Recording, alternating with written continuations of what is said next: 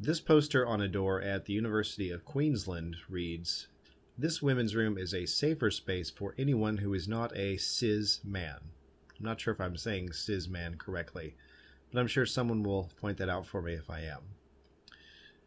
And if you're wondering what cis men are, the subtext of this poster clarifies them as those who identify as men and were designated male at birth.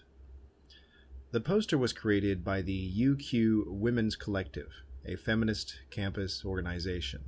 We learned this from their symbol at the top right, which sports a classic feminist logo and reads Feminism, Activism, Community. Some questions come to mind when viewing this poster. Most importantly, shouldn't spaces, especially ones watched over by those who claim to advocate gender equality, be equally safe for all people?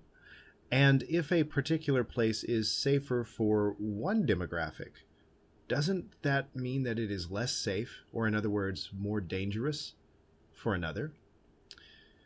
Furthermore, what is the moral basis upon making certain places safer for some and more dangerous for others? What are the mechanisms by which these feminists intend to enforce the unequal protections they wish to afford those who enter this space? Does this mentality jive with the notion of equality? And if it does not, as indeed it does not in this case, don't they deserve to be reminded of this fact? And if they are recalcitrant, do they truly deserve our recognition and support as a group that advocates gender equality? This feminist group will likely defend or rationalize its statement by saying that this isn't a direct threat of harm.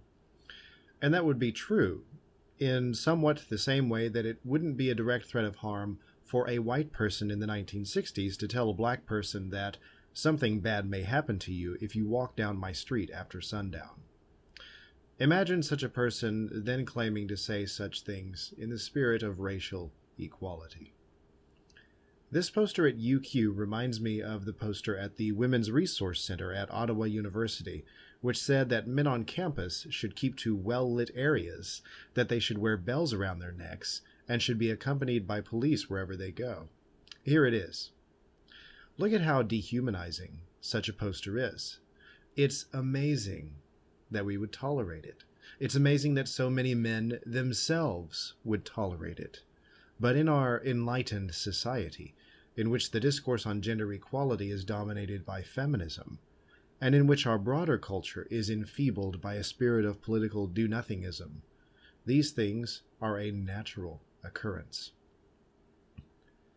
Those who oppose advocacy for men and boys often argue that men simply do not face sexism, but the warehouse of evidence that we have accumulated and which is growing day by day begs to differ. Far too often, higher education and school in general has become a hostile environment for men and boys. One might think, given the incredible decline in academic achievement among male students, that a wide range of governing bodies interested in closing the gaps would spark a conversation to readdress the well-being of men and boys in all areas of academic life. Unfortunately, they have yet to pick up the torch and light the way. Third-party organizations have instead taken it upon themselves, and given much of their own resources, to issue a call to action. Much of higher education has yet to answer the call. The time has come to stop acquiescing to a spirit of sexism on our university campuses. These kinds of attitudes need to be called out in no uncertain terms.